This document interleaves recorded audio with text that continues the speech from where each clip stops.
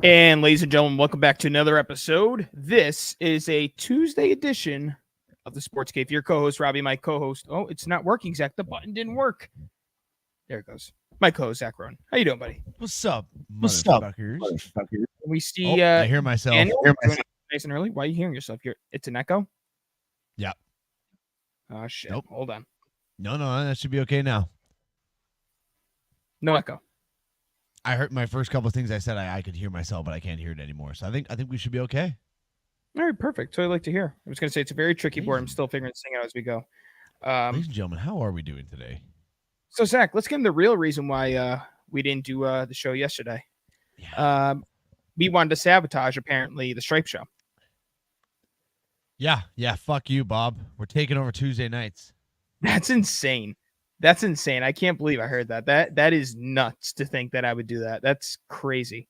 I mean, how many times have we had to reschedule on Tuesdays because whether it's a holiday, whether it's work related, and not to mention too, our good buddy Marcus normally streams on Tuesdays, and it's not to sabotage anybody. It's just what works best for both of us.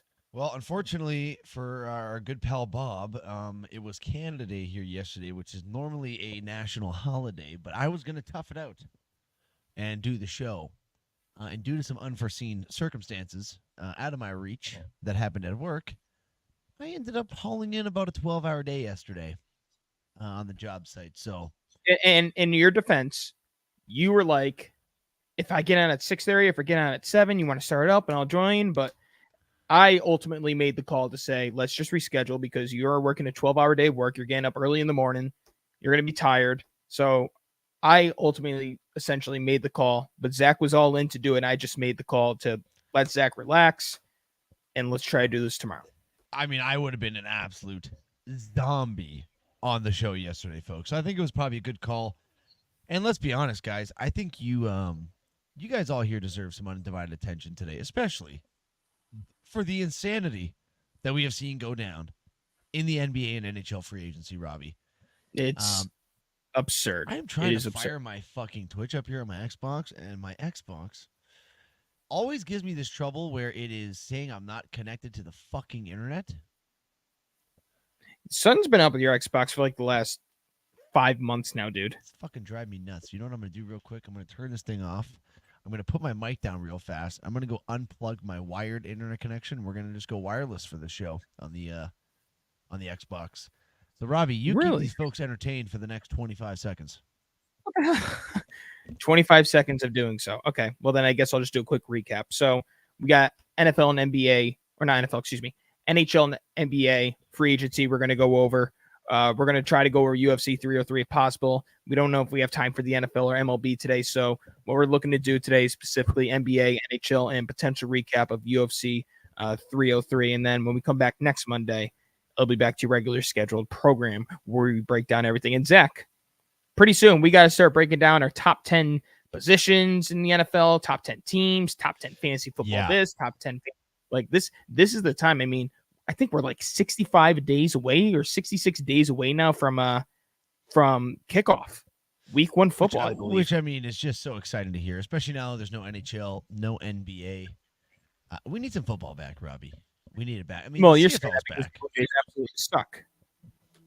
You just got to bring it up and just beat a man down, you fucking piece of shit. Well, let's be honest here. I mean, Vladdy cut his hair short in case he gets traded to the Yankees. That's always nice.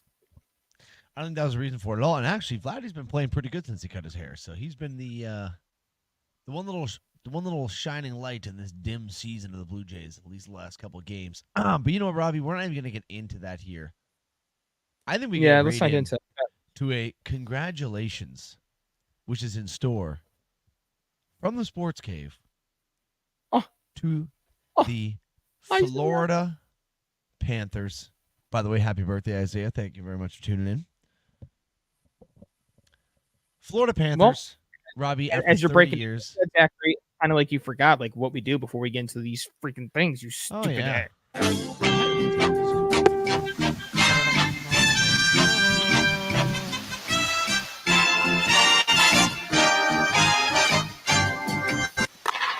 And that's the last time you're going to hear that for a while, as the NHL season came to an end last Monday, Zachary. And as I just said, I forgot about the thing. And like I said, folks, been a long week. We're here. We're having a good time. We're here, Florida Zach Panthers, Square. after 30 years, fuck off. After 30 years in Cheers. the NHL, get the job done, Robbie. They are Stanley Cup champions, beating the Edmonton Oilers in 7 games in a pretty goddamn good Game 7. Connor McDavid ends up getting the Conn Smythe Award for the playoff MVP, first time since 2003. What are your thoughts about that? I mean, it was the most deserved award I've ever seen in my entire life. I also heard a stat too that apparently the voting for the Conn Smythe, especially if it's in a Game 7, has to be in with 10 minutes left in the third period. So it's like, how do you know? Like, what if Edmonton were to come back and win? Like, it's what if, say for instance, they give it to Bobrovsky, right? They all vote Bobrovsky, and in the last 10 minutes, Bobrovsky gives up 4 muffins, and Edmonton ends up winning Game 7. Like, to me, it's why don't they just have as like 2 scenarios? Why don't they have it like as 2 scenarios? Like if Florida wins, this is an option, and you can even still put Oiler players in there. Or if the Oilers win, then that's pretty sad. I heard bad about it on Spit and Chicklets, and I'm not exactly sure the legitimacy of it, but I mean, if it's on that podcast, it's got to be somewhat legit. But Robbie, they get it done in Game 7. Obviously, a lot of pressure on them as they were up 3-0, and Edmonton came back to win 3 straight to make it 3-3. All the momentum in the world, but unfortunately, they could not get that pivotal 4th game done. And then it comes out after that you have McDavid dealing with an abdominal injury that almost required surgery. It looks like he's going to be able to avoid that.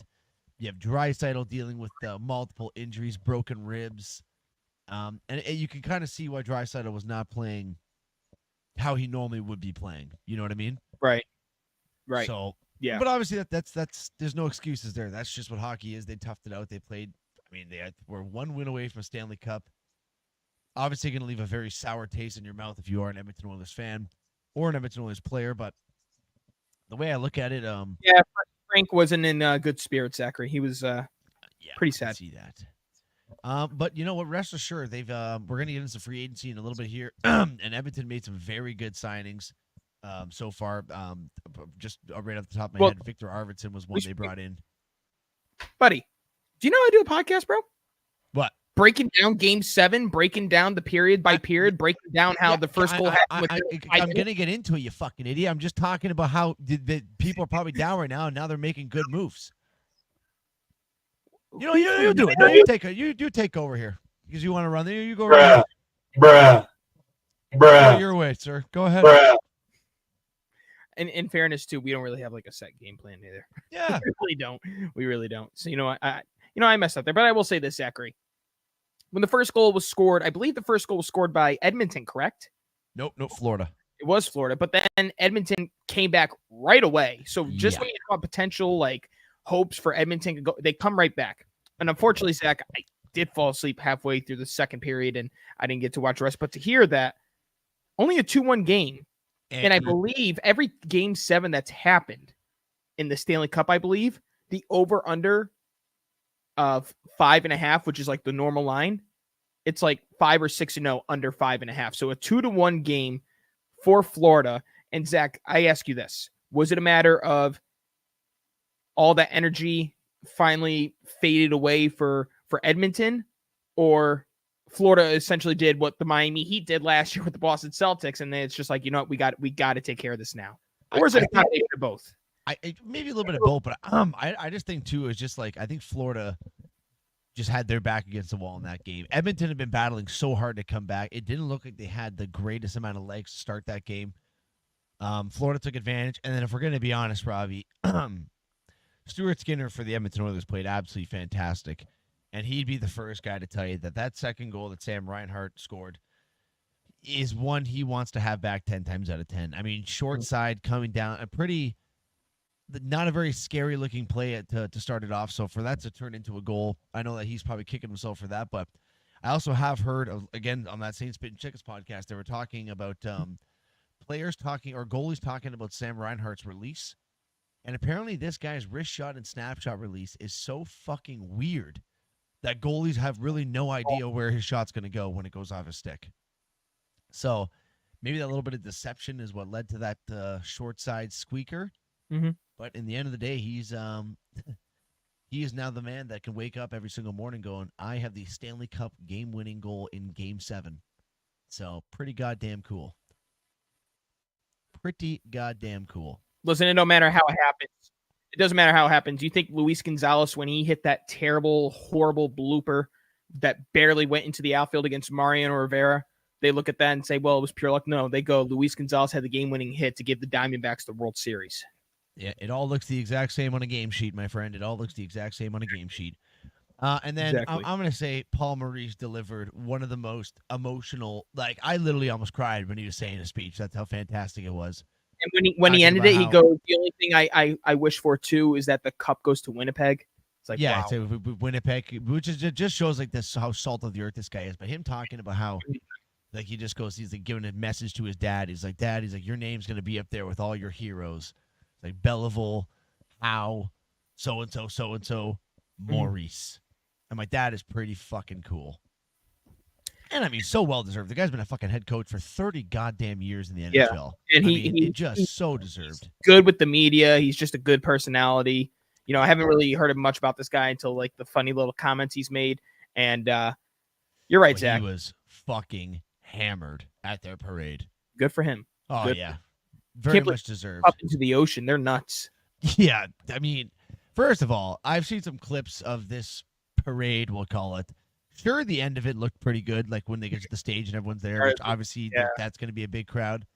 What a lackluster fucking parade. What do you expect? It's like Florida, dude. Do you think people that live down in Florida where it's 80 degrees year-round plus love to play hockey? I'm just saying, you think like that like you could rally behind a local team like that that's competing for a fucking professional championship. You know what I mean? Like, you don't think it's going to be on the news where a guy that maybe wouldn't watch hockey is like, you know what? I'm going to fucking watch this goddamn hockey game tonight. What else am I going to fucking watch? NASCAR? Sure, but you're talking about watching a game and attending a parade. Are people going to take that day off to go to a parade? Yeah, I guess that is a bit of a different situation. I just thought it looked hilarious. I never understand why these teams don't decide to do these parades on the weekends. Well, and you know what? Another. Do you want to hear something else hilarious? The guy that scored the game-winning goal we were just talking about, Sam Reinhart, couldn't even go to the parade. Why? It was his best friend's wedding where he was the best man that day. Oh, that's that's a shame on Florida. I mean, but it's just like you can't blame him for that. I mean, that's obviously agreed. Like, it's just such a shitty situation. But move the fucking parade to a Saturday. You know, to me, it's just it's silly. Yeah. Now, Zach, we're spending a lot of time with the Panthers, but I feel like we have to make this noted with Edmonton. At one point, Zach, I think I was on the show to say as much as this team isn't making the playoffs. They were right there with, I think, the Blackhawks or the Sharks as the worst team in hockey. Couldn't get nothing going. They fired their coach. They call up Hartford, Connecticut. They called up the Wolfpack coach, Chris Knobloch, and said, would you like to come to the NHL? And is Chris Knobloch going to stay in Hartford, Connecticut in the AHL? Or will he go all the way up to Edmonton, coach the NHL, and the best player in hockey in Connor McDavid? Of course he is. So Chris Knobloch did an exceptional job with the Edmonton Oilers the second he stepped foot on the ice with those guys. And you got to give Knobloch the benefit of the doubt. I don't know if the awards, I think the awards did happen already, right? Yeah. I don't know who won the coach, but to me, Zach, I honestly don't know either. It should be him over Winnipeg, over the Rangers, over the Bruins, over everybody. It should be Knobloch, because what he did to take this team, as talented as it is, from the worst to the best, cannot go unnoticed. He should win the award. I want to say it was Rick Tocchet of the Vancouver Canucks who won Coach of the Year this year, which is also a deserving award to him too, because who the hell thought Vancouver was going to be any good? They ended up finishing near the top of the league, but Chris Knobloch, what he did this year with that team, I mean, he turned them right around. They bought into a system completely. Really did not look back, and like I just said, they were fucking. We're not even talking one win. They were 2 goals away from winning a Stanley Cup. Yeah.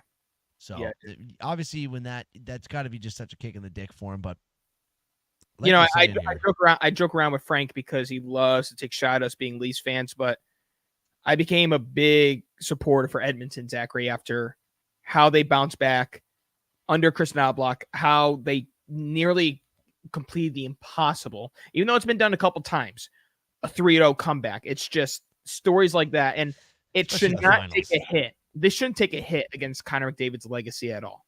This should be noted on his legacy that Connor McDavid single-handedly, essentially, carried these guys the next 3 games, and in the end, of course, you brought up earlier, Draisaitl was hurt, Hyman was nowhere to be found, and at that point, McDavid, he's probably just drained out, man. Can I also tell you too why I don't think this is a bad thing for McDavid at all? Yes, of course you can. You're the hockey expert. I look at the last 2 GOATs in conversation here, Wayne Gretzky and Sidney Oh, Crosby. I hate you. Wayne Gretzky and Sidney Crosby both lost their first Stanley Cup final. Mhm. What that does is that lights a fire in you that you did not know could be lit. Right. I'm going to tell you something right now, Robbie. We are going to see a possessed Connor McDavid next year. I'm going to say it right now. I think the Edmonton Oilers are going to win the Stanley Cup next year. That is how possessed that man is going to be next year to get back there and get it done. That's it. That's a very early prediction, Zach. He's got the taste for it. He's just proven that the team is good enough to get there. They have essentially the same core going into next season. I mean, I would not. Sorry, I shouldn't say. I would not be surprised if they are back in there competing again. No. You made that hot take bet like I made mine in March about my Yankees, and it's not looking good right now. I want you to repeat yourself about the Edmonton Oilers and do it with confidence. I said, but like I just said, I would not be surprised if they won the Stanley Cup next year. No. You went from That's what I said. Just fuck. That's what I said. That is what I said. What? But yes, Robbie, Connor McDavid, 5 or 4 points away from tying Wayne Gretzky, gets the Conn Smythe. Obviously, did not go out and get the Conn Smythe award because that would have been horrible. Oh, look at Isaiah. Fucking right, Isaiah. Isaiah, within the next, I'll give you a minute, 60 seconds. Name 5 hockey players. Go. You have 60 seconds. While we're doing this, I'm going to go off camera, but I'm going to keep my mic because I'm going to hard reset this Xbox so I can see these fucking Twitch chats. Right now, I'm going in raw. I hope we didn't lose Daniel. Daniel, I hope you're still there, buddy. Thank you for you're one of the few from YouTube to show up and comment in our thread, so we greatly do appreciate that, buddy. Zachary, once you get a chance to hard reset your Xbox and you sit back down. Yeah, no, I'm still here on the mic. I ask you. I don't know how surprising it is because I think we kind of saw it. Steven Stamkos, the era after 13 years, I believe, in Tampa. Has 16, I think. 16. Well, Clay was 13. We'll get to Clay Thompson later. Yeah. 16 years in Tampa, and we kind of saw it. Maybe it was 13. Last year. Whatever, it was a long time. Did you think there could have been a chance, or do you think like it was set in stone, like it was time to move on? The writing was on the wall with him not getting a contract extension going into this next season. Last offseason, him not getting a contract extension going into the season we just had. I think he knew that that it was probably not going to work out. But then, Robbie, right before right before free agency started, Tampa Bay started making some moves. They trade away one of their defensemen, Ryan McDonough, clearing up some cap space. Sorry, they traded for Ryan McDonough, my apologies.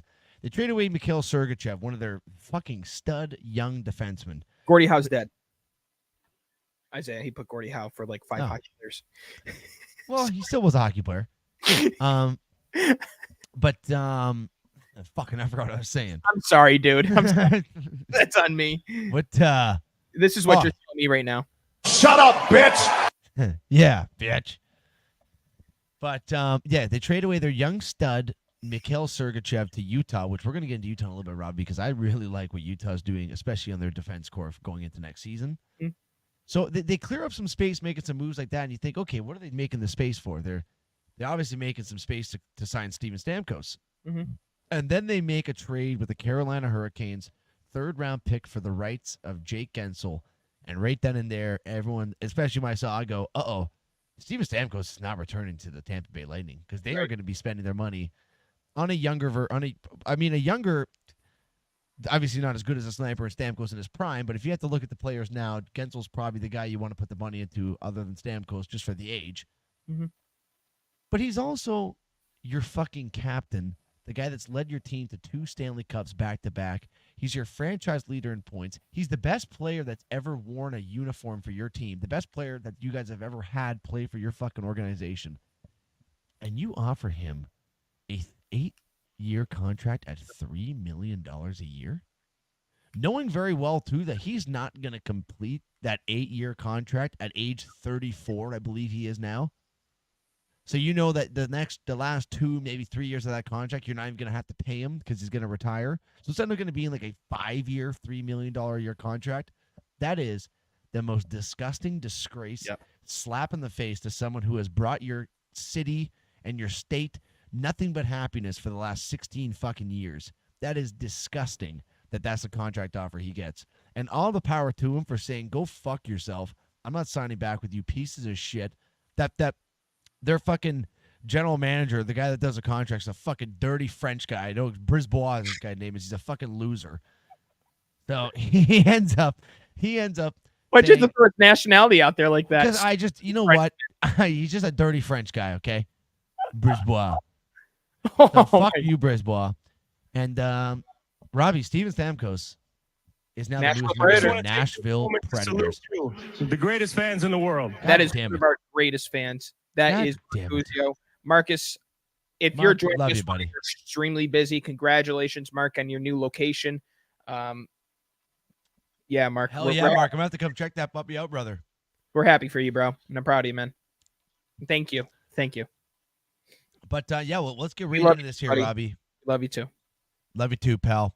Steven Stamkos, 4 years, $8 million a year, I believe is the why am I blanking on You're this correct. contract? 4 years, Yeah. $32 million. Yeah, so he's getting more money in 4 years with Nashville than he would have made in 8 fucking years with Tampa Bay, the team that, again, he's given his entire life to, but nonetheless.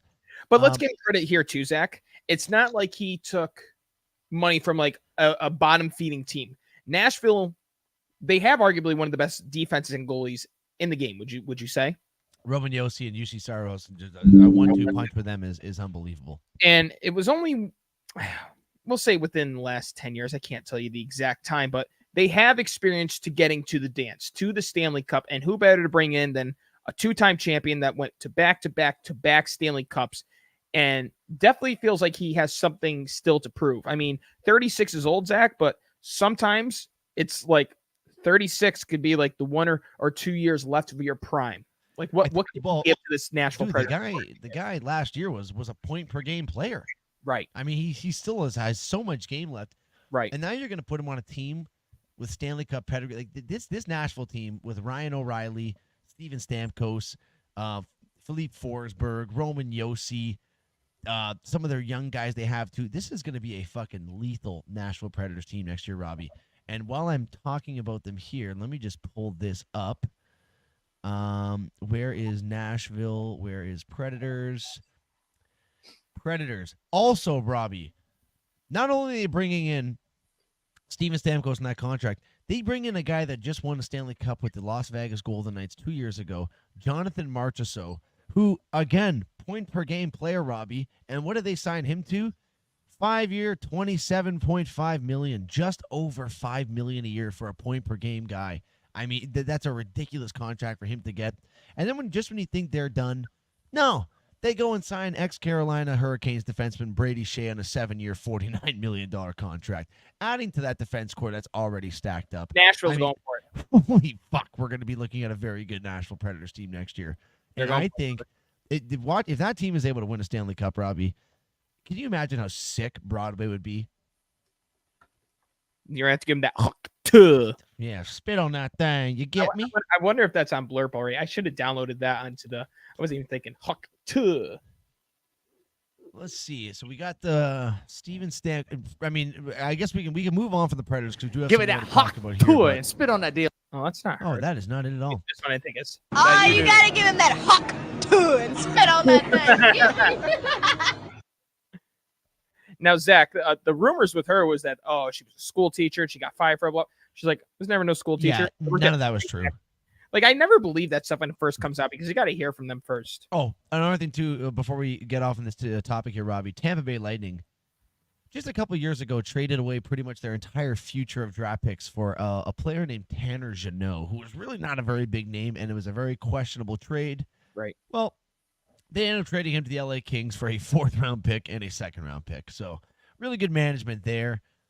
But Robbie, let's get into some signings here, Robbie. Let's start off with our Toronto Maple Leafs. How do we like them apples, Robbie?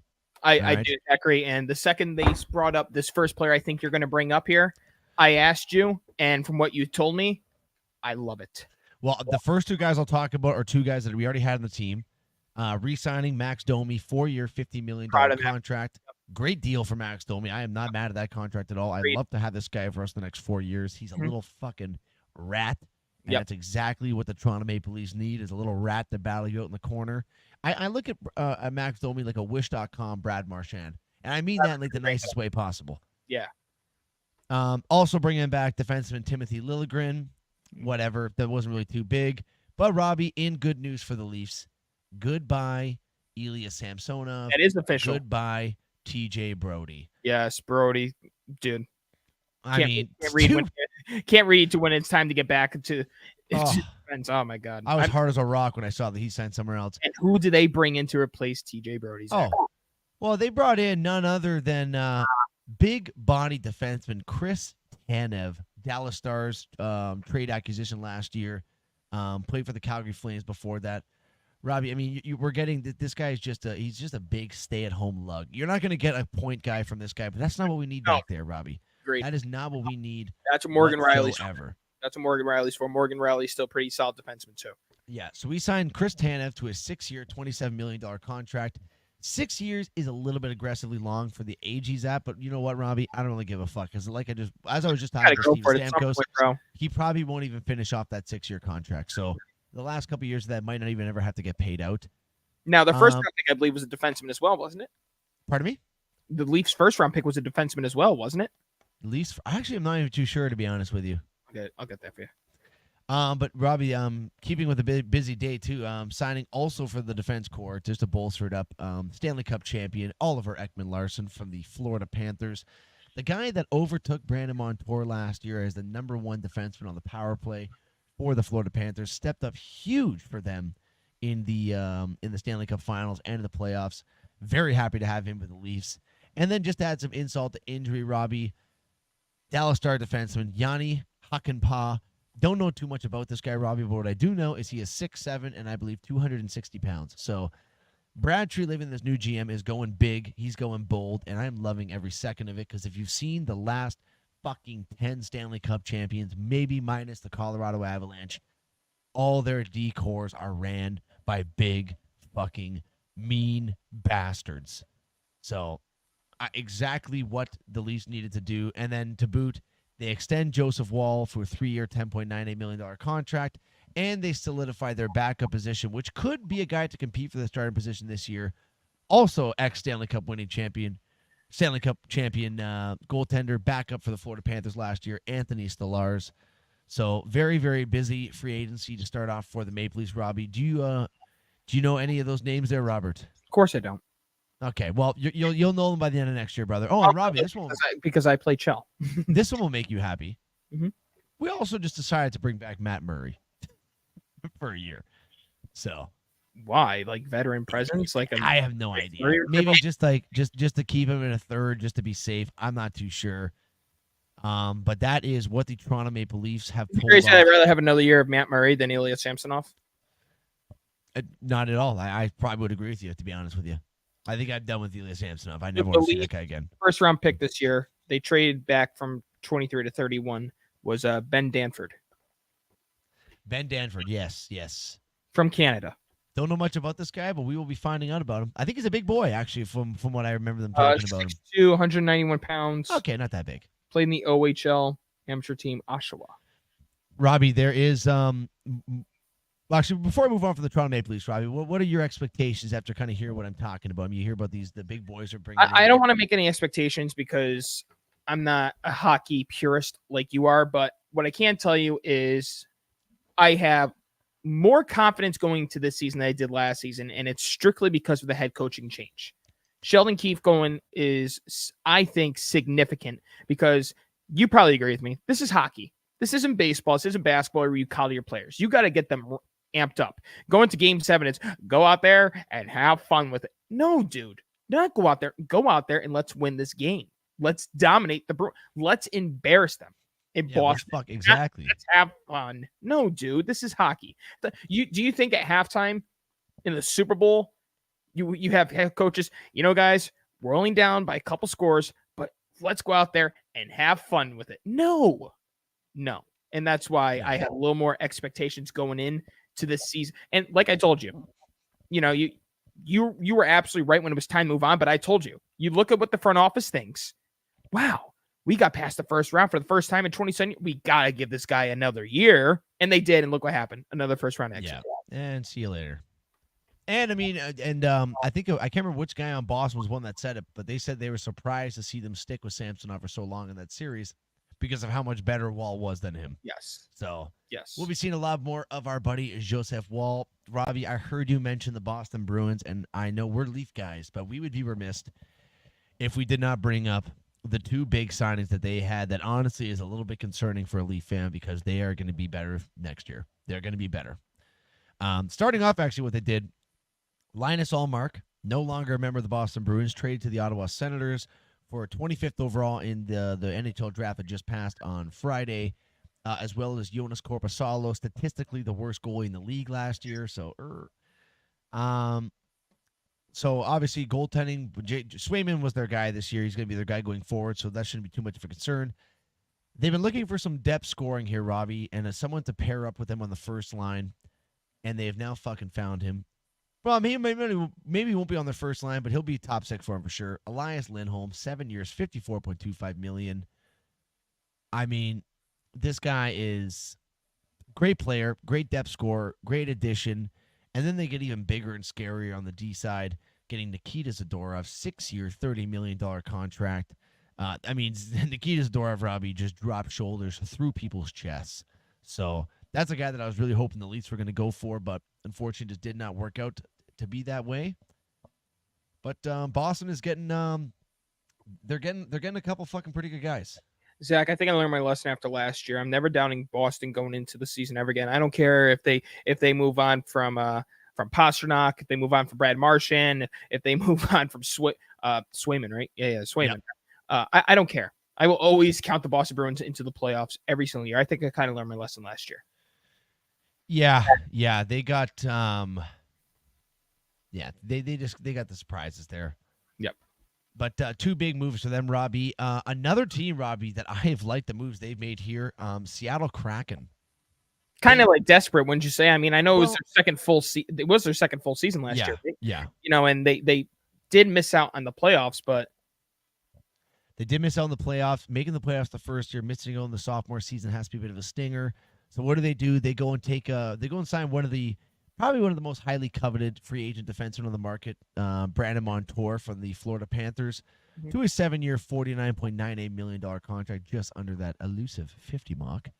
And they bring in from the Vegas Golden Knights Chandler Stevenson on a 7 year, $43.75 million contract. I'm telling you right now, Robbie, Florida and Vegas is going to look a little bit different next year. They have lost some great depth players here.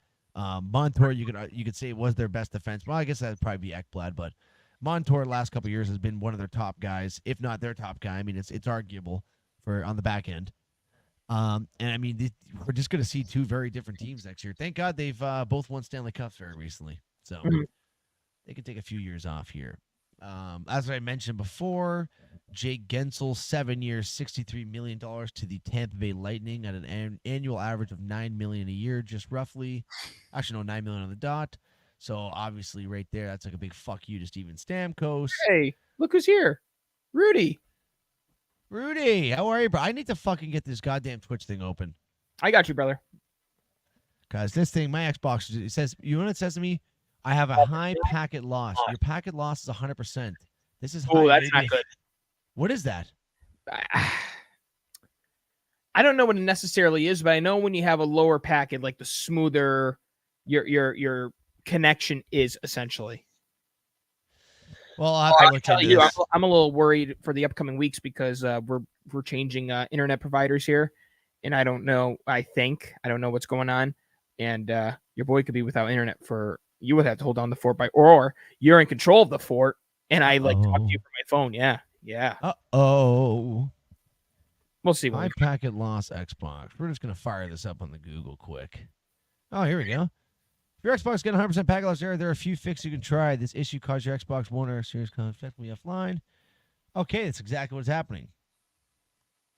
All right, Rob, let's keep on giving her. I'm just going to do some reading here. Come on. Yeah. I got to fucking have Zach, I'll just give you one really quick because they didn't really do much. New York Rangers, very, very quiet. And I saw a lot of Rangers fans really upset that they elected to bring back Jacob Trouba. No, so they haven't brought him back yet. They've actually he's official. No, they might be. Well, maybe it is official. Maybe I missed that recently, but no, I'll go on right here. I got it. Go on. I don't believe it's official yet. I think they've put him on the trade market, to be honest with you, which he was quite surprised by. But I could see him getting moved. The only move I see them making here is signing Sam Carrick, defenseman, to a very small contract. So it's been very lackluster. But again, that's a team that really doesn't have to do too much, Robbie. So, one guy I would like to talk about here, Robbie, because I have a little bit of a personal connection to this gentleman because his dad used to be my boss when I mowed lawns. Sean Dursey of the Utah Hockey Club, I guess we'll call him. Another great defenseman. 4 years, $24 million contract he has signed. So congratulations on getting paid, Mr. Dursey. Now, what? Here's the update on Jacob Trouba. I got it because he is under contract. They're trying to move on from him. According to Emily Kaplan, who is ESPN hockey reporter, the Rangers have explored trading captain Jacob Trouba. It hasn't been easy, and he's exercising power from his 15-team no-trade list. A core issue, Jacob's wife, Kelly Trouba, is finishing medical residency in New York. This feature on the couple from 2022 explains a lot. They play a video, and it talks about her, getting her education for medical, blah, blah, blah, blah, blah. So that looks like it might be a tough move unless maybe they ship him over to the Islanders or the Devils, keep it in the metropolitan area, but who knows? That's your Jacob Trouba news. Well, there we go. Fuck you, Jake. I don't like Jacob Trouba. I think he's a loser. Well, that's I said it. So that's not nice. But yes, Robbie, Rangers not doing much. Ex-Ranger, ex-Detroit Red Wing, not ex anymore, actually, I should say. Patrick Kane is back in Windy City, Detroit. Or is that Chicago? Chicago's Windy City, isn't it? Yes, it is. Well, he's back in Detroit. Detroit is the dirty city. Oh, well, okay. Well, that makes sense. Dirt balls down there, I guess. Yes. But yeah, he's back on a 6-year, $1 million contract. What else do we have here? I'm just trying to see if there's any really big names. Jake DeBrusk, ex-Bruin, going to the Vancouver Canucks. 7-year, $38.5 million contract. Montreal Canadiens re-signing first overall pick Yurov Slavkovsky to an 8-year, $60.8 million contract. I mean, other than that, Robbie, there wasn't too many massive moves. Real quick before we move on to some NBA, which will be happening very shortly. No more Tyler Bertuzzi in the Toronto Maple Leafs uniform, Robbie. He is signed with the Blackhawks for a $22 million contract over 4 years. Bertuzzi's gone? Bertuzzi is gone. And a sniper that we've had for the last couple years has never been able to crack our lineup. Jason Robertson's younger brother, Nick Robertson, he has finally put his foot down with the Toronto Maple Leafs, Robbie. He will not be signing a contract extension with us, and he will be moving on as he has requested a trade out of Toronto. So I hope for his sake that he's able to go somewhere and start to thrive. And knowing the luck of what happens to Toronto, he's probably going to go and be a point-per-game guy somewhere else. So I would have to wait and see what happens, but that is other news we had to discuss. Now, if Rudy's here, because we're big Rudy guys, I will go over what the Senators did quick for him. I was going to say, didn't the Senators have a significant move that I'm not traded? They traded for Linus Ullmark. Yep. They traded defenseman Jacob Chikrin. But besides trading for Ullmark and trading away Jacob Chikrin, they're one of their stud young defensemen who I think he did not want to be there, so I can understand why they moved on from him. Has been a little lackluster on the free agency market for the Senators here. Mm-hmm. 3 signings: Michael Amodio, Noah Gregor, ex-Toronto Maple Leaf. Actually, Noah Gregor, I like him. and David Perron, ex-Stanley Cup winner with the Blues. So Perron's a good signing. Gregor, I don't mind at all. Too cheap, $850,000 contract, so not too shabby. But I mean, for how bad the Sens were last year, Rudy, I hate to say this, buddy, it doesn't look like it's going to be too much better this year. But you never know. You're at least going to have somewhat of a decent goaltender this year in Allmark. So that's the light at the end of the tunnel. And then real quick, Rob, before we move on to basketball, the Oilers made some moves as well, re-signing Connor Brown, re-signing Adam Henrique, re-signing Matthias Janmark, re-signing Corey Perry. Biggest one they did here, the two biggest ones that I see, signing Victor Arvidsson, 2-year, $8 million contract. This guy's a fucking great hockey player. Going to help them out huge. And then they bring in a kind of a surprising one here, Robbie, Jeff Skinner. A little bit older of a player, but still has a lot of game left to him. And I believe Jeff Skinner has the record right now for the most games played without ever playing in a Stanley Cup playoff game. So, assuming that's going to change this year playing for Edmonton, but if Edmonton doesn't make the playoffs this year with Jeff Skinner on their roster, then that's just going to be that's just going to solidify that. Yep. But yeah, other than that, Robbie, I before don't you know move on to the NBA, I have the awards here for you. Okay, yeah, slap those puppies. Okay, so when I say the name of the awards wrong or the players wrong, feel free to just. I'm here for you, sister. Don't you worry. Because I definitely suck with these names out here. I'm going to skip the leadership award and the memorial trophy. No one gives a shit. The Frank J. Selke Trophy. That's a name, right? Yeah, best defensive forward. Yes, to the best defensive forward. The finalists were Alexander Barkov from the Panthers, Austin Matthews from the Leafs, and Jordan Stahl from the Hurricanes. And the winner is Barkov. Barkov wins the award. Your thoughts? Which, I mean, honestly, I think that's probably. I think if we're looking at a 200-foot guy, I think Barkov might be the best 200-foot player. Like, I mean, like maybe not. Okay, McDavid is the best 200-foot player, but if we're talking about a defensive guy that still can put up points, Matthews is a fantastic 200-foot player, but Barkov I think has now beat him back-to-back years, and this is going to be Barkov's award to lose for the next until he retires. I mean, realistically, he is that good defensively and offensively.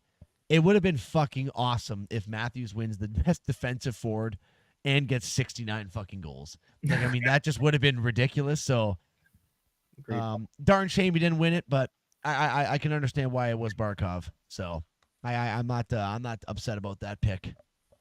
Okay, the Jack Adams Award, which is the head coach award, essentially. The finalist was Rick Bowness or Bowness? Bowness with Winnipeg. Andrew Brunette. Yep. Yes. With the Predators, and Rick. You said Tocchet. I forget. Thank you. Tocchet. And the winner was Rick Tocchet, as you talked about earlier, and Isaiah alluded to in the comment section. Yeah. Now, I know you were saying about Knobloch. If he would have had a full season, I think that would have been his award. But yeah, it's tough to give it to a guy when he comes in 30 games into the season. I understand, even though what he did was fucking ridiculous. He definitely didn't come with 30 games. He came in with at least 45, 50 games left in the season, dude. No, that's what I'm saying. Like, that's 30 games into the season he came in. Okay. So he had like an extra 50 games to coach. These guys had it from whatever. The King Clancy Memorial Trophy. No one cares about leadership. We care about awards for things that matter. Sportsmanship. No one cares. Jim Gregory General Manager of the Year Award. It came down to Patrick Alvin of the Canucks, Jim Nill of the Stars, and Bill Zito at the Panthers. And the winner, Zachary, is Bill Zito, I think. Incorrect. Jim Nill with the Dallas Stars. Oh shit. Okay. To the individual through the game of hockey has positively impacted his or her community, culture, or society. No one cares. The Calder Cup, Calder Trophy. Excuse me. Of course it is. It is Mr. Connor Bedard. I mean, was there ever any doubt? No. We knew that from the start of the season. And I'm sure maybe we'll see him win those so-called MVP award at some point too. All right, the Hart Trophy. To the player adjudged to be the most valuable to his team. It came down to Nathan McKinnon, Connor McDavid, Nikita Kucherov, and the winner, Zachary, was... Finally, Nate McKinnon gets his Hart Trophy.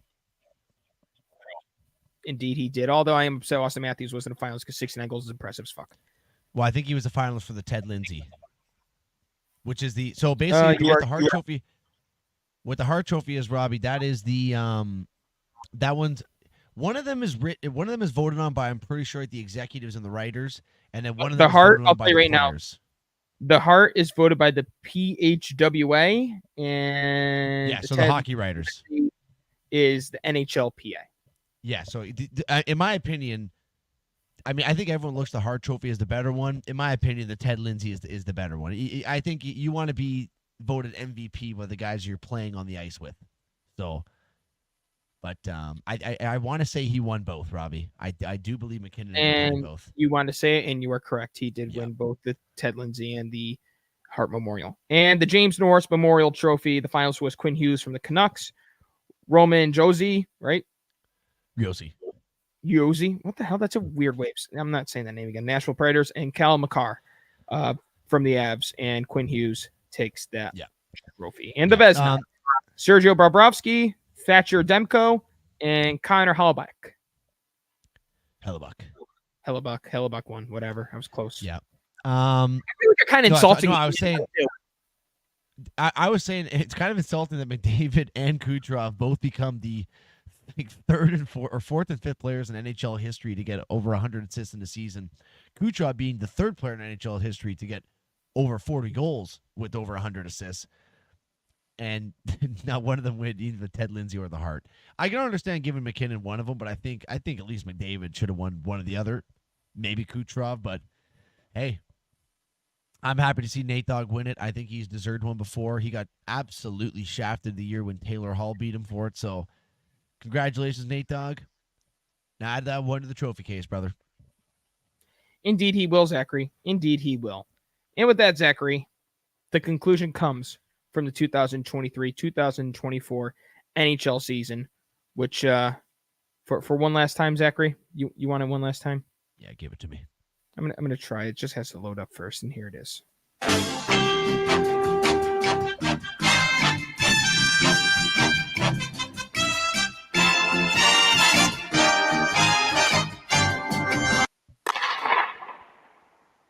Oh, it's a sad sound. I mean, I'm sure we're still going to have some NHL news, but that was the bulk of it right there, Robbie. We're not going to have another 45-minute NHL segment for a long time.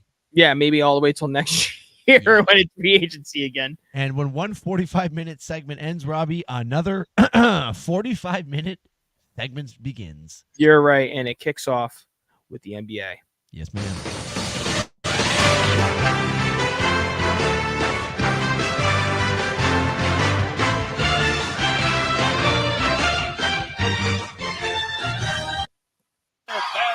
Puts up the three. Bang!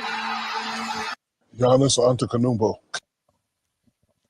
That's me just putting up some trees for you boys there. I don't know if you guys saw that shit. That was pretty Well, fun. Zachary, we have free agency. We have the NBA draft.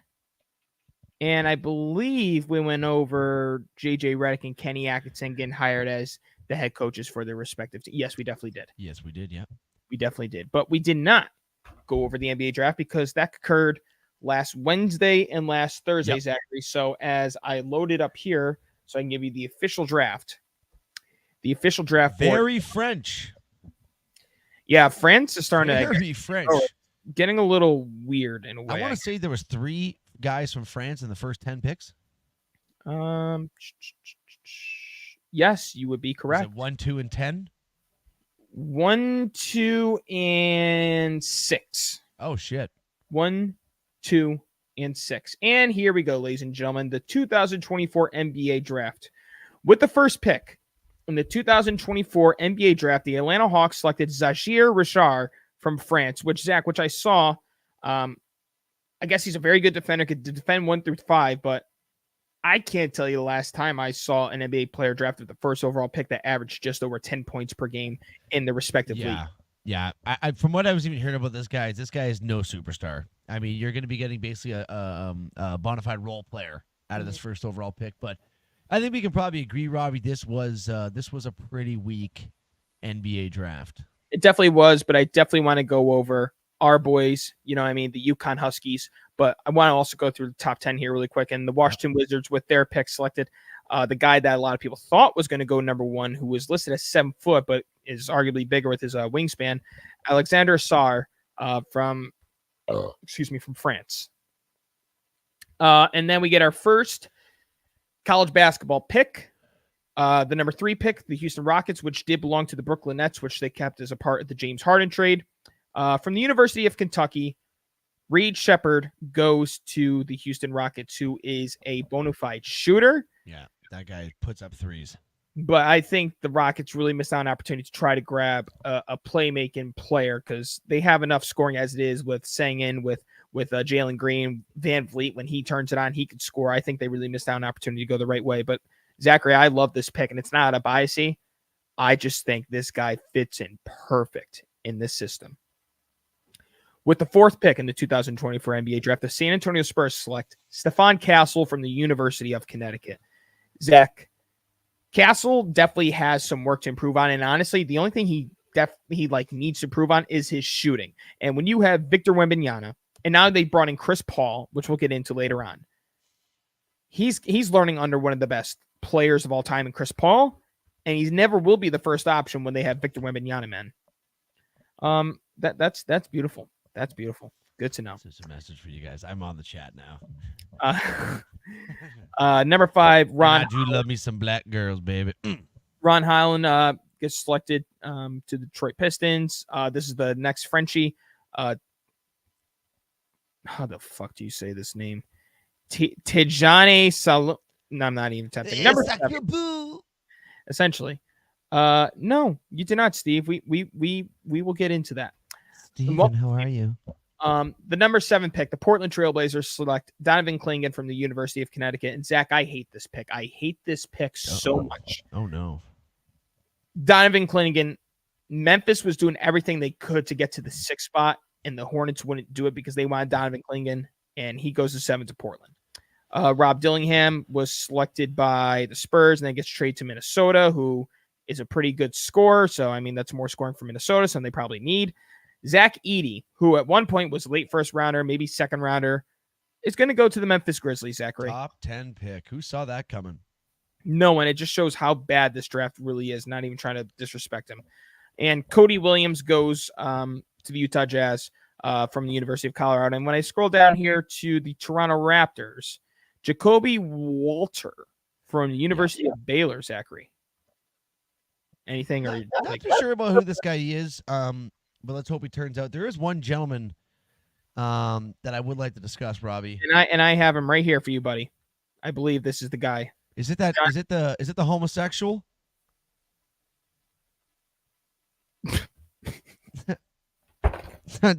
What? The guy that got drafted by the 76ers? Oh. Is that guy? Fucking Dancing Daryl? Did you see this man's TikToks?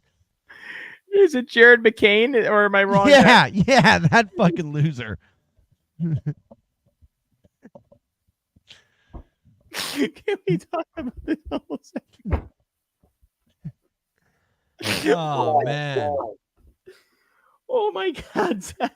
You're going to tell me that guy's not going to be getting piped by some teammates within the next coming weeks? Bruh. Right. Bruh. The guy's got to focus on basketball and not making these TikToks, man. Bruh. Daddy, chill. All right, that might have been a bit aggressive, but you know what? Hey. I was trying to talk about the guy you drafted that was like well respected, like picking up trash and stuff, and like. Oh no, I had no idea that was even a thing. I was talking about fucking. Yeah, you guys drafted that guy. I think his name was Jonathan Mogabo. Oh, Mogabo, that's a sick name.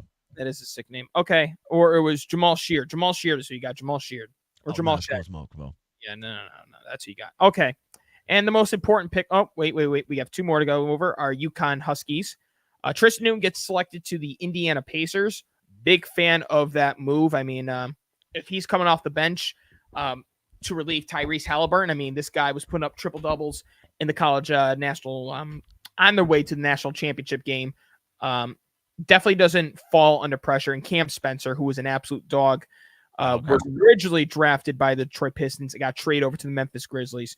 I don't think Cam Spencer will do anything special in the NBA. I think size does matter. He's a little smaller, and now you're in the big boy league, but he definitely will get his money, so good for him. And the most important pick of the draft, Bronny James, to no surprise, goes to the Los Angeles Lakers, Zachary. Tampering. Agreed. Let's just tell every team that if you pick my kid, he's going to go to fucking Australia. But if you're the Los Angeles Lakers, you can take him. We all saw that one coming, though, Robbie. And I saw a lot of people saying, well, he deserves this, and LeBron deserves this. Dude, the Lakers are nothing but a joke now, man. Literally.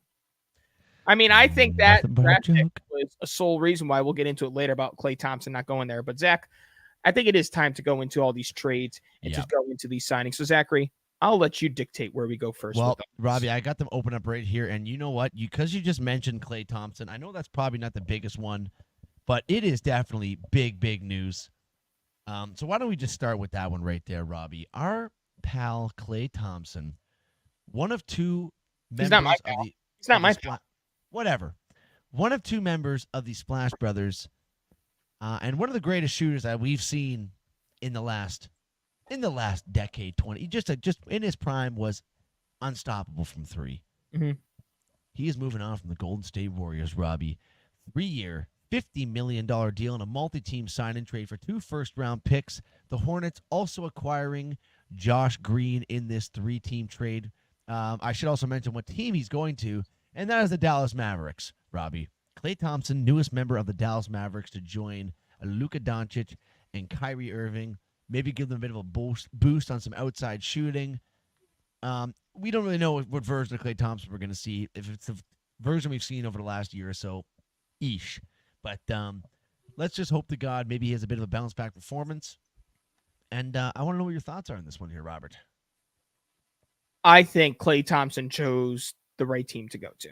I think it was done in Golden State. It was done last year before even this year.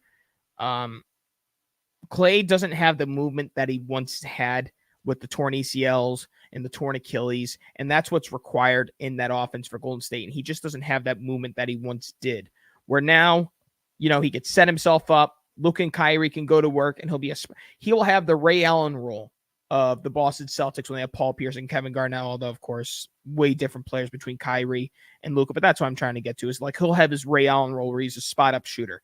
And to hear that he turned down a lot more money from 4 other teams to go to Dallas, he knew this is where he wanted to go. He saw what was going on with Luka and Kyrie.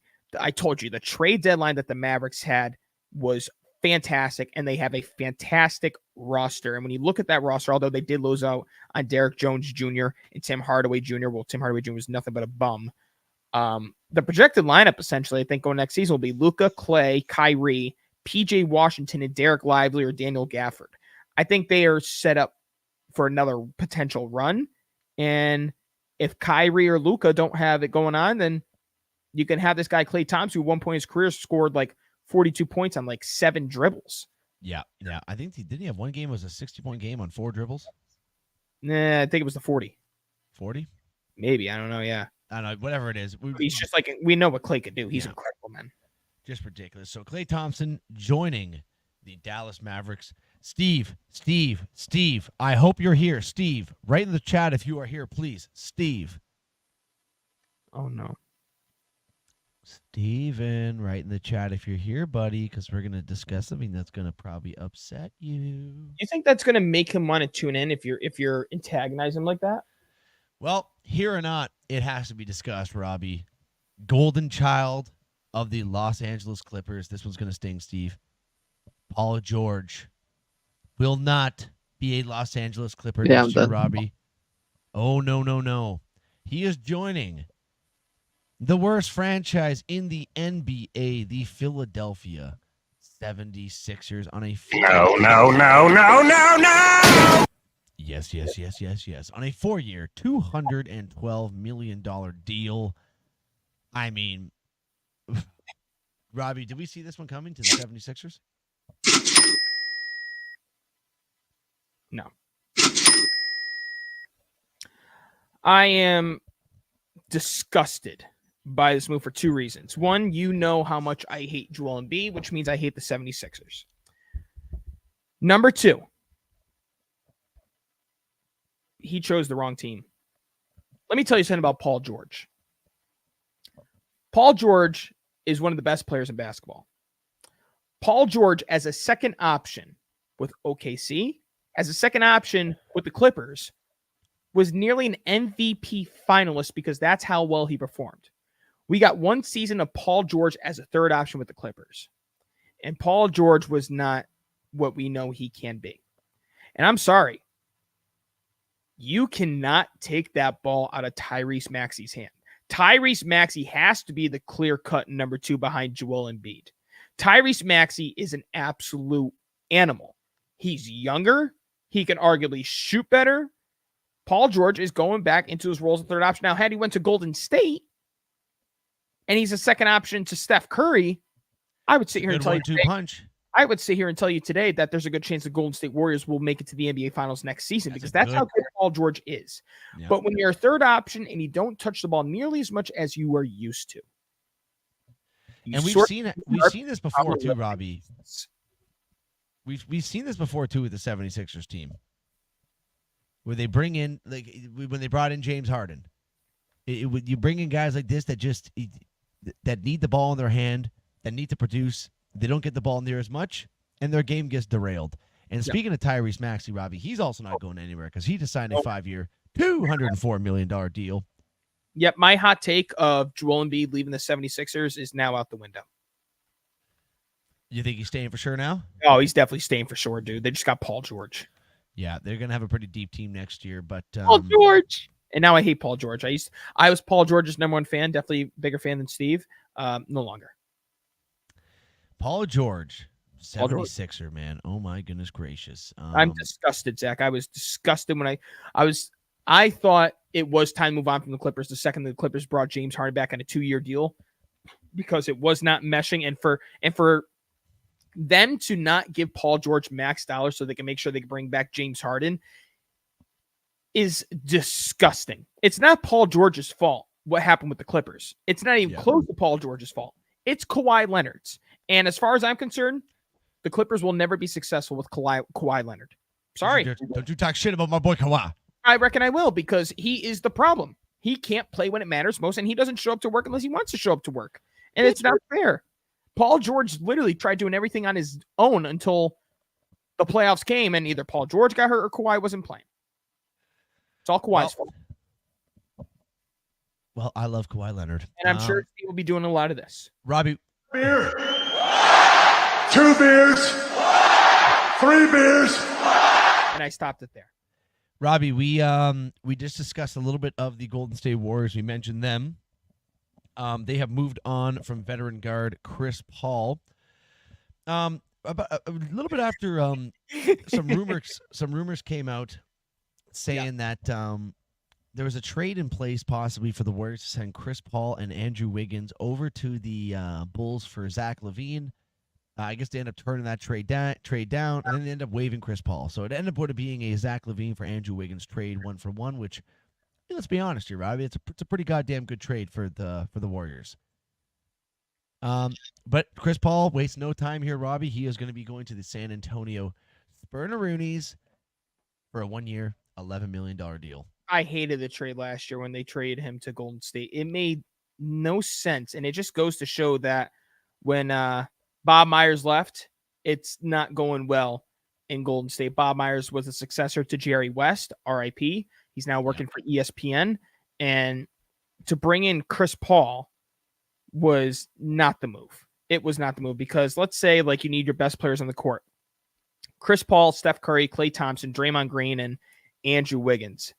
That is a lot of size given up there. Draymond's not in his prime anymore where he could defend or rebound over the centers as good as he once could.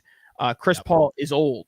Klay Thompson has so many leg injuries. I mean, the Golden State roster last year constructed was absolutely horrendous. And unfortunately, Steph Curry probably won't see another championship again. It's most likely. It's looking like that, unfortunately. I want to see Curry get his 5th, but the one thing I think we know about Curry is how loyal he is. I don't see him ever leaving Golden State. I see him finishing his career there. You know, he's already 15, 16 years into the NBA. And now back to Chris Paul. Yep. The Spurs are going to be a lot better next year. Significantly better. I love what they did with the draft. I love them bringing in Chris Paul. And think about what Chris Paul has done with some of these big guys. I mean, these guys aren't all-time greats, but they probably wouldn't even get noticed if they didn't have someone like Chris Paul. People like David West, people like Tyson Chandler, people like DeAndre Jordan, people like DeAndre Ayton. He fell right off once he went over to Portland. I'm not going to put Blake Griffin in there because Blake Griffin was special. But this is going to be the best big Chris Paul has ever worked with Victor Wembanyama. Wemby.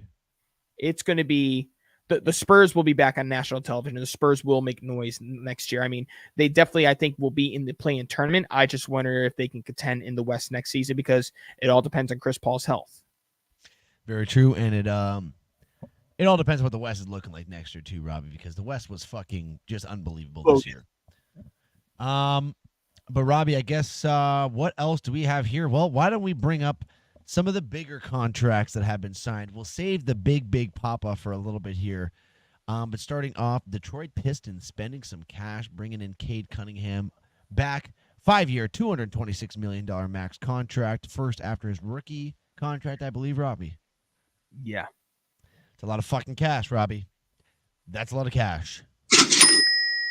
And Robbie, that contract looks like absolute peanuts compared to this next one here, Robbie. Why am I not able to see there it is. Boston Celtics. I mean, they spent almost $500 million between two players on June 31st here, or July 1st rather. Starting off, obviously Jason Tatum getting his bag.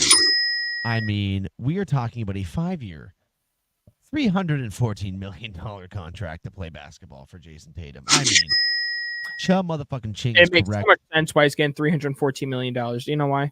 No, I have no idea. Because the max is $315. He took $1 million less because 314 is the area code for St. Louis where he was born. Jesus Christ. He's such what a nice guy saving $1 million for the Celtics. Dude, he's such a homo. He is a homo. Yeah, he's a queer. He's gay. It's not Pride Month anymore, so we can say that now. He's a fucking queer. Well, Robbie, then maybe Derek White's contract was actually supposed to be $124.9 million, but they had an extra $1 million in the budget, so Derek White gets a 4-year, $125.9 million extension to stick with the Celtics. And, I mean, these guys are bringing these guys back, Robbie. They're going to be going for another one here. The East stays the way it is. They're back in the fucking finals again next year. Dynasty. And we'll just have to wait and see if a team from the West can take them down, because there ain't going to be a team in the East to stop these Celtics next year. There just won't be a team. Maybe 76ers, they play well. Maybe the Knicks. Knicks, however, Robbie, losing a big piece of their team last year, a guy that we both liked, Isaiah Hartenstein. No longer. What else did the Knicks do? What else do they do? Let me. I'm not alluding to what you're bringing up here. Oh yeah, did they also get your boy? Oh yes. Oh my God, I can't believe I forgot to put that in the thing. Yeah, so the Knicks. Who cares who they signed? They took Robbie's favorite player off the Brooklyn Nets, and guys, it provided me with some joy, to be honest with you, because Robbie's been talking about Miles Bridges so highly for the last little bit, and now Mikal. Oopsies, yeah, Miles is the wife beater. Mikal Bridges, and now he is literally putting the bridges in bridges by going across the bridge to New York, from Brooklyn to play for the New York Knicks next year, Robbie. In what is an absolute insane trade you guys got, by the way. I mean, that is fucking insane. Let me get the actual 100% trade here. Here it is. Brooklyn Nets trade Mikal Bridges and a second-round pick in 2025 to the Knicks for Bojan Bogdanovic, 4 first-round picks, 2025, 2027, 2029, 2031, a Bucks first-round pick in 2025, and a first-round pick swap in 2028. Also making a trade for first-round pick swap 2025 and a first-round pick to the Rockets for 3 first-round picks in 25, 26, 29, and a first-round swap in 2029. So you guys are loading up on the first-round picks, Robbie. The only problem is a lot of these picks are fucking in 5 years. Okay. And that's Robbie being a little bit upset over there. So, yeah, Brooklyn Nets are going to be dog shit next year, folks. They're going to be right there with my Raptors. Me and Robbie are going to be pitiful basketball fans next year. I'm sure you saw my TikTok. Oh, I did. I loved every second of it.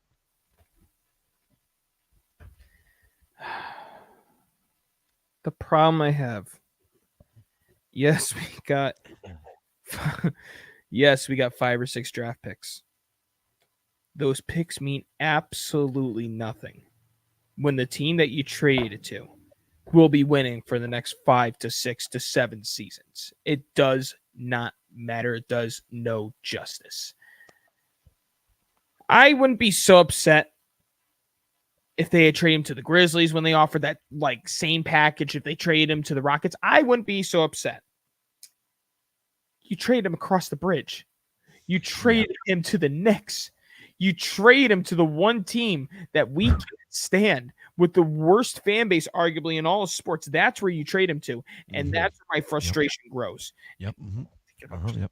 Ending my life right now. You said, okay, I can't do that because we'll get kicked off Twitch. Jesus Christ. Okay. I'm not happy, Zach. I'm disappointed. Well, you said you're going to kill yourself live on a Twitch stream. No, so I know what you're talking about. No, that was my alter ego. I'll just do this instead. 1 beer, 2 beers, 3 beers, 4 beers. Yeah, might need a lot of beer. This is now my 3rd or 4th time going through a rebuild with this team. And it goes like this. This is the cycle of the Brooklyn Nets. You rebuild, make the players good, bring in superstars, piss off superstars, restart. Consistently. When I started liking this team, it went from Jason Kidd, Kenyon Martin, Kerry Kills, Richard Jefferson, to moving on from Kenyon Martin to bringing in Vince Carter, to moving on from Jason Kidd, Vince Carter, Rich Jefferson, to bring in Ejan Leon, Devin Harris, Brooke Lopez, to Darren Williams, Joe Johnson, to Paul Pierce, to Kevin Garnett, to Jeremy freaking Lin, Chase Budinger, and Raymond Felton, to D'Angelo Russell, and Jared Allen, and Karis LeVert, to Kevin Durant, to Kyrie, to James Harden, to Bridges, to Cam Johnson, to Ben Simmons. And Benjamin Simmons. So basically what you're saying, Robbie, is it's been rough. The only thing I'm saying is this. I hope. Oh, God. I'm putting myself in the full camera here, Zachary. Oh, no, this is not good. I hope. You got a very rapey look to you right now. I hope the Brooklyn Nets do everything within their power to bring in Russell Westbrook, Steven Sabansky. Yeah, that's what I want. I want Russell Westbrook. Guys, Robbie's lost his fucking mind over here. Well, Robbie, can I tell you about a guy that you will not be getting, Robbie? Yeah. You won't be getting Donovan Mitchell. Donovan Mitchell sticking with the Cleveland Cavaliers on a 3-year, $150.3 million extension. That was signed today. Lots of speculation going around Donovan Mitchell over the last little bit. Pretty much ever since maybe the last 2 fucking full Cleveland. seasons. Ever since he's been in Utah. Yeah, I mean, that he has wanted to go play for New York. Obviously, with the Knicks signing all these massive contracts, so you knew he wasn't going to the Knicks, Robbie. So I think you might have that little glimmer of hope, you know. Unfortunately, that glimmer of hope was just beaten down with a rusty shovel. Because Donovan Mitchell will be sticking around with the Cleveland Cavaliers, Robbie. Shut up, bitch! Jesus Christ, okay, that was rude. Was this the right deal, Robbie? Of course it was. You're bringing in Kenny Atkinson. You're starting over. I mean, you're not going to – the Knicks aren't going to give up nothing because it's the Villanova Knicks. We didn't really break down Isaiah Hartenstein because I was in the middle of crime. What to say? He's going to the Thunder, 3-year, $87 million contract. Fantastic signing for I love it. I love it. I remember turning on to a Knicks game and watching this guy play when Mitchell Robinson was healthy, and I was thinking to myself, why don't they start this guy over Mitchell Robinson? He's significantly better.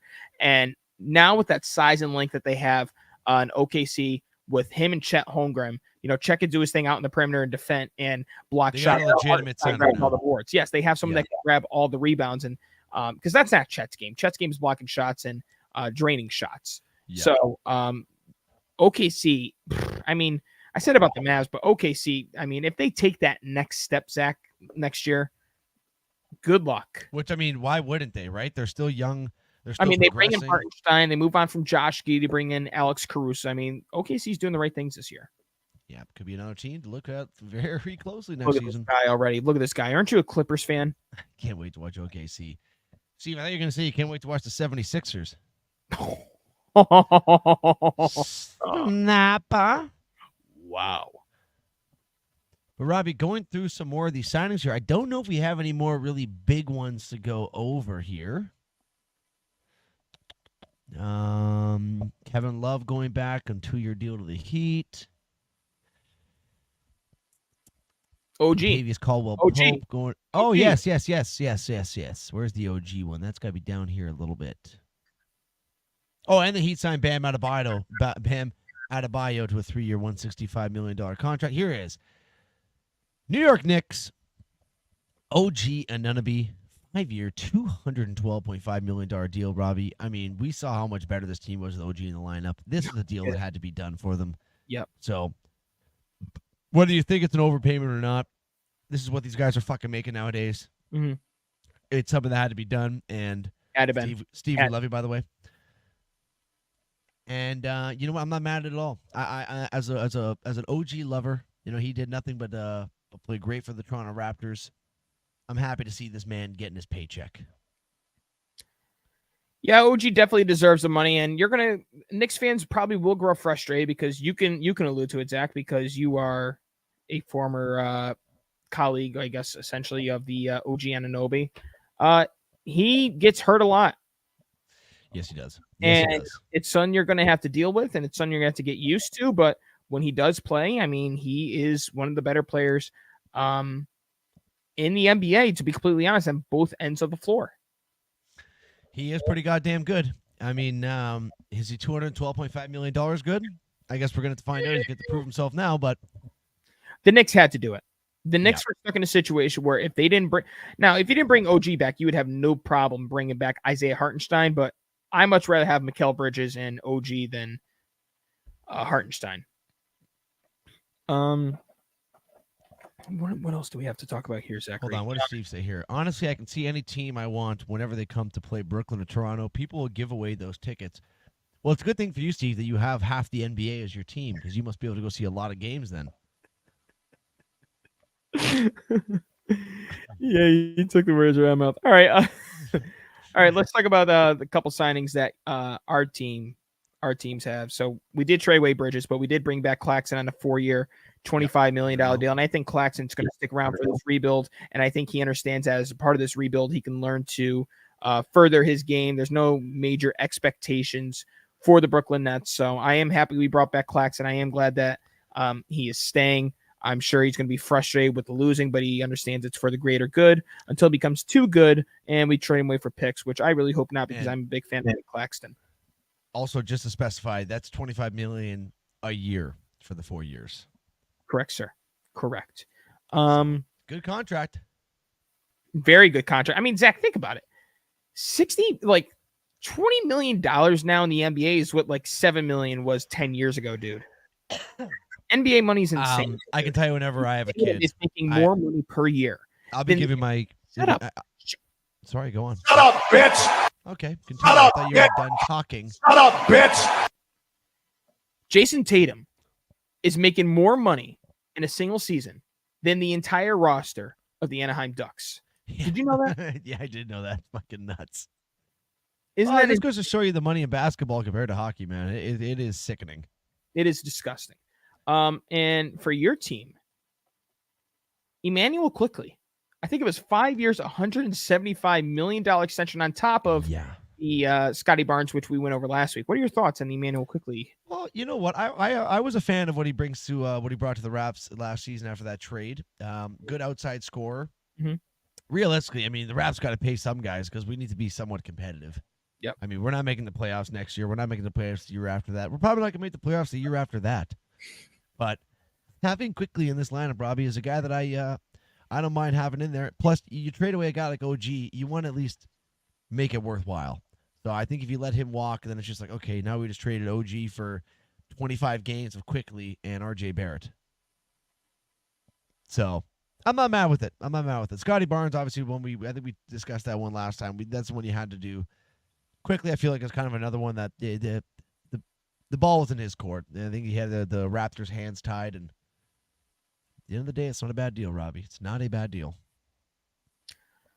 Some of the names left over here. We're talking about Kyle Lowry is a free agent. There's talks about him potentially going to Phoenix to team up with Kevin Durant, Bradley Beal, and Devin Booker.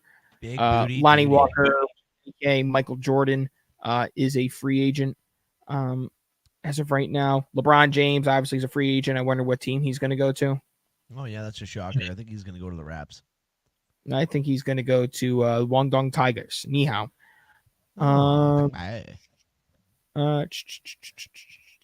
Who else we got here? I know we got two names more to talk about that I've seen, but I'm just trying to see if there's anyone else. Oh, well, let's talk about Kevin Porter going back into league. He's going to go play with the Clippers for the next 2 seasons. Now everyone is like going nuts because like beater. He was innocent and the story was made up. So he never beat up his girlfriend. She made up a lie. So calm down. Bitch. Leave the man alone. So he's going to come back to the NBA, and I wonder what kind of role he'll have with the Clippers. Which, by the way, Russell Westbrook picked up his player option, and it's been reported that the Clippers are already trying to trade him. Lovely. They don't want him anymore. Spencer Dinwiddie is set to be a free agent. The only reason I bring his name up, Zach, is because we've seen what he is capable of. I mean, do we see a contending team potentially try to bring in Spencer Dinwiddie, or do you think that he takes the best money to go to a below-average team to eventually get traded to a contender? What do you think? Has he won before?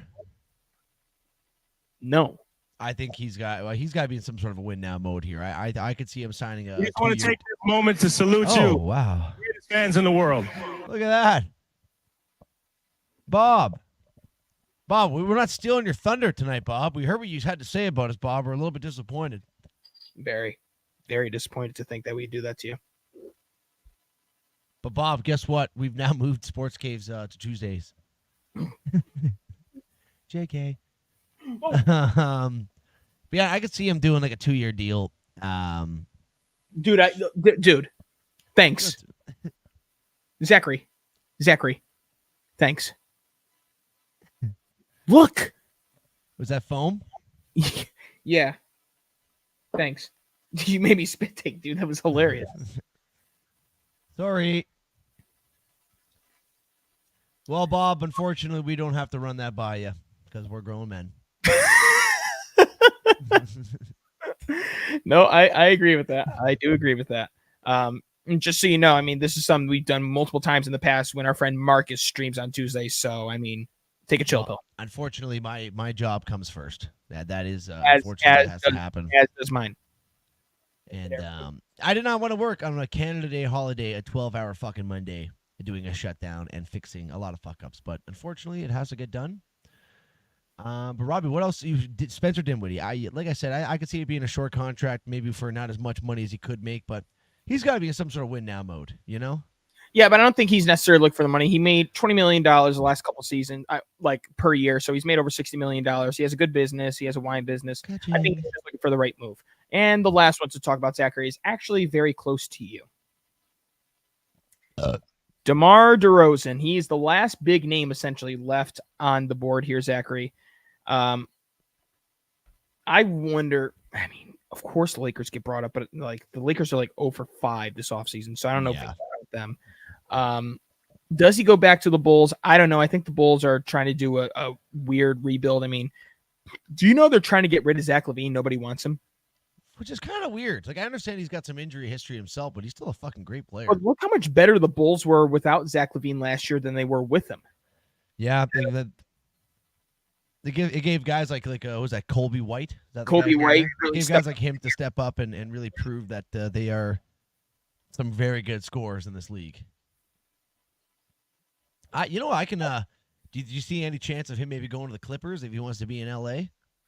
Because obviously they got some cap space now. They need to fill a Paul George void. I mean, DeMar DeRozan's no Paul George, but he's still fucking no scrub either. I can't think of a spot, dude. I really can't think of a spot that fits him best. Toronto doesn't have the money probably because they gave it all to Scotty Barnes and Quickly and I Patel. can't see him ever coming back to Toronto either after what we did to him. Orlando has money. I don't know if he would go to Orlando. That wouldn't be a bad spot for him either because Magic have been they've been a very surprising team, and they're young, they're good. DeMar DeRozan's got Wow. he'll so suck dick with grit. Okay, Bob, I don't understand why that was necessary. Okay, It's very emotional that you told me that we have to do the show on Tuesday. He's very emotional. bang bang bang bang bang. Orlando, I think, could be a good spot. Boston doesn't have the money. Toronto, if you ever want to welcome home type deal, but I don't know if he would ever go there.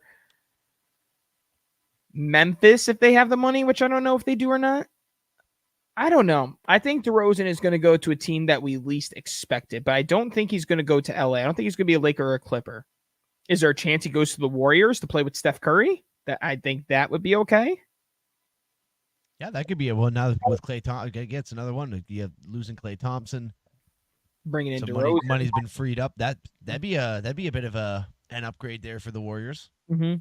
I don't know. The DeRozan sweepstakes might take out because honestly, all these big names are signed immediately. His name hasn't been signed. So DeMar DeRozan, I believe, is 36 years old, Zach. Yeah,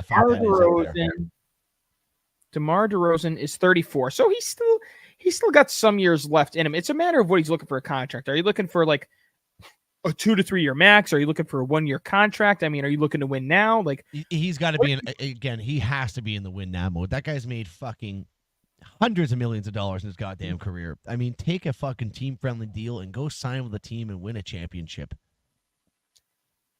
We'll see. I wonder what he'll do, but he is probably the last big name available out there. And Zachary, I am not seeing anything on Twitter right now as it pertains to big. Oh, can we talk about? We're almost at the end of the show here. We got to get to UFC 303. Can we talk about how much of a pussy ass bitch Cristiano Ronaldo is? Crying like a baby. Are you kidding me, dude? That's all. Dude, I even saw yesterday when Portugal won in the round of 16 against Slovenia, I think it was. Yeah, that is like one of the worst teams in the nation. The only thing the whole team was crying. I'm like, what the fuck is going on here, man? This is why I don't watch soccer anymore. They flop around and they cry. It's embarrassing. It is fucking embarrassing. And we were very close to having no Ronaldo, no Italy going into the round of 16 on one side. Italy has really fallen off as a country with soccer. Well, they won the Euros last time, and then I was seeing that their coach, manager, whatever the fuck you call this guy, he made 6 substitutions in the starting lineup going from the preliminary rounds to the knockout rounds. Why change if your team's winning games and you go through? Why make 6 substitutions in the starting lineup? I don't know. Idiot. I don't know. I know the Olympics will be underway soon, so we'll have that to talk about as it pertains to soccer. But Zach, it's almost 8 o'clock, so why don't we get to UFC 303? Yep. And I don't know if you want to break down this whole card, but I will say this. This is one of the worst UFC cards in history. Outside of Alex Pereira and Yuri kicking it or ending it, I guess I'll give Ian Gary an MVP. I'm not giving Ian Gary any credit. MVP, I'll give credit. Ian Gary's a fucking loser, man. No, I agree. Guy, he finally, the fight's getting good, and MVP starting to fucking take it to him, and all he wants to do is pin him down and fucking hold him on the ground. Really not even doing much for 3 minutes around. It's like, that's such a fucking pussy way to win a fight. Now, what I said to Isaiah and my brother when we were watching it, if he asked me who won the fight, MVP won rounds 2 and 3. I said round 3 came off of because MVP was controlling him on top of the ground. He had the majority of the control in the 3rd round, where Ian Gary controlled from like a little over 2 minutes and beyond. To me, MVP should have won the fight. Or did they score round 1 10-8 Gary because he did dominate MVP in the 1st round? I don't know. However they scored it, he gets a unanimous decision, and then he comes up and says that he's going to be the new GOAT. And it's like, buddy, no, you're not. You are out of your fucking mind. Someone's going to knock him out, dude. You're such a cuck, too. Ian Machado Gary. You take your fucking 40-year-old wife's last name, you fucking pussy. Yeah, I agree. And then Yeah, dude. Honestly, from like the outside of the one knockout within 19 seconds, which was very impressive. Prelims were terrible. The main card was terrible, but Pereira and Yuri lived up to the hype. Yeah, I mean, fucking Alex Pereira, man, this guy is a fucking beast. The shot that struck him initially at the end of the first round there, Robbie, is a step. Basically knocked him out. Dude, but he is stepping backwards. Yep. He's stepping backwards and throwing a left hook. The fact that he's able to generate that much fucking power, stepping back away, it's insane to me. And I mean, Yuri, we're talking. This was a scary knockout.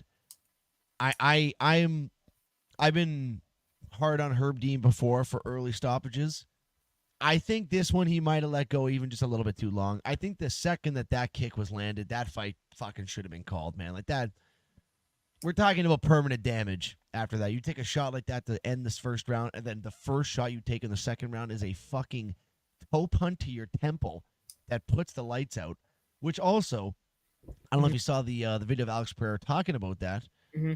That was never a part of his game plan until he started looking at videos of Yuri before going out to fight in UFC fights when they show them fighting in the room. Mm-hmm. He notices that every time someone would, when whoever Yuri's trained, when the guy would throw a calf kick at Yuri, he would drop his hands. He'd drop his hands low, drop his hands low. So if you see in that first round, he's hitting with calf kicks, and it's causing him to drop. Mm-hmm. Just timing it, setting it up, and then boom, absolutely unloading and landing that early in the second round, cleaning his clock, regaining his title, or not regaining, continuing to have his title. You said it's clock, right? Clock. Just making sure. And now there's some discussions about him moving up to heavyweight, which I think at this point you might as well. You know what? Go to become the first guy to win 3 fucking belts. I think he needs to take his time if he ever decides, like how John Jones did, go into the heavyweight division. Take your time going out there. Make sure you're really bulked up heading into that division. Robbie, this guy, did you see the video of his weigh-in? And then 24 hours after, he'd put on over 30 pounds. I know. I mean, this guy is obviously cutting an immense amount of weight. The fact that he was able to cut to fucking 185 or 195, whatever, that is insane to me. Absolutely insane. But like I said, Alex Pereira, he gets the job done. Essentially saves that card too, because I agree with you, Robbie. That was a horrible fucking card. It was card. It was atrocious, and up till the main event, it was the savior essentially. But now our next pay-per-view, Zachary, is UFC 304, which will be in Manchester, England. So which one of these is in the Sphere? Is it 305? Give me 1 second. It's 305 or 306. While you're looking for that, Robbie, I will say 305 is in Australia. That's the Izzy one. 306, I believe, is it's not listed on here. It has UFC 308 on here on ESPN, which is really awkward.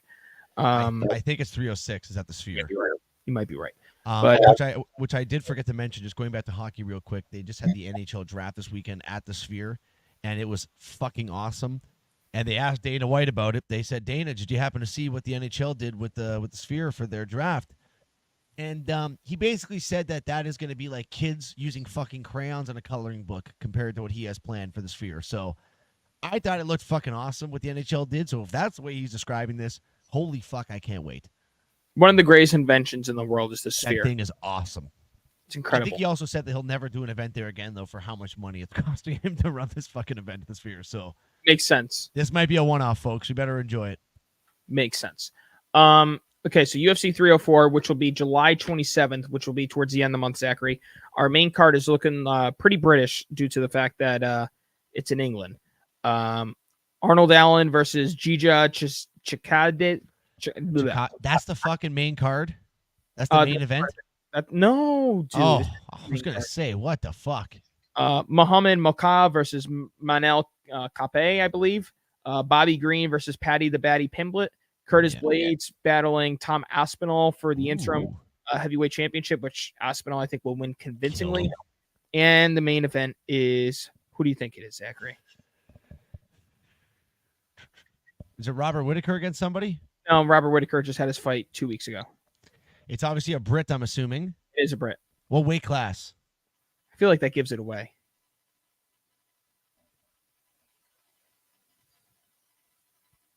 I'm drawing a blank. Welterweight. I'm drawing a blank on it. I hate when you fucking put me on the spot with these things. I don't know why you hate it. You know, you really got to access your brain here. You got to. Who is it? You are the new Kyle Galuli. I swear to God, you have no fun with this. You don't. Who fucking is it? It's Belal Muhammad versus Leon Edwards for the welterweight championship. Okay, Leon Edwards I probably should have got. Yeah, you're an idiot. You're a moron. Well, he hasn't fought in fucking forever. You're a moron. You're and an he's idiot. Gonna kill Belal Muhammad. You're retarded. Man, look at that. We almost made a full episode before your retard ass has to say that retarded word. Oh, that's a great point. They have Patty as the underdog going up against Bobby Green. Patty's shit. I can't wait to see this guy get fucking knocked out. Why? Patty's awesome. I think he's a terrible fighter. Marcus. Sorry, Mark. Sorry, Mark. You ever notice that Marcus never cries when we do a Tuesday stream, even though he's not streaming today? Do you ever see him cry when we do it? Where he's, you know what he says? He says, "Have a good stream." That's what he says. He doesn't cry like other people. Yeah, Bob, you could fucking learn something, Bob. Shut up, bitch! Damn. Zach, what'd you do? I have nothing. I have no control of that. I did nothing. Your Patty Pimblett impression. Barring any 12-hour overtimes, Simrig is dissembled, so no drive for Mark for the next couple of weeks. Well, Zach, you should go give Marcus a hand as a good friend. Mark, I can help you put that puppy together, bud. I got this weekend open, pal, so let me know. That's so cute of you. I'm actually moving in. I'll be at a different setting for next week's episode. Where? I'm going to move into my buddy's house for the next month while he's on his honeymoon in Bali, Indonesia, and house watch for him. Oh, very nice, very nice, very nice. Oh, yes. You going to bring some stripper ladies and like bang them in the guest bed or his You know bed? what? I would love to, but they have cameras and a Ring doorbell cam, so the strippers, unfortunately, might have to be put on hold. So no women? No, I think if I text him saying I'm going on a Tinder date, can I bring this bitch back, he would have no problem with that. But if I showed up with a sex worker, there might be a couple questions to be asked. We'll just get some lice on, just disinfect. Yeah, there's only so much cum you can clean out of sheets, you know. That's a good. At some point, it just starts to wad together and. Okay. We don't need a full a big jizz-filled mess. Splooge everywhere and sticky and gross. You know, it's just gross. Yeah. I think it's probably a good end right there. No.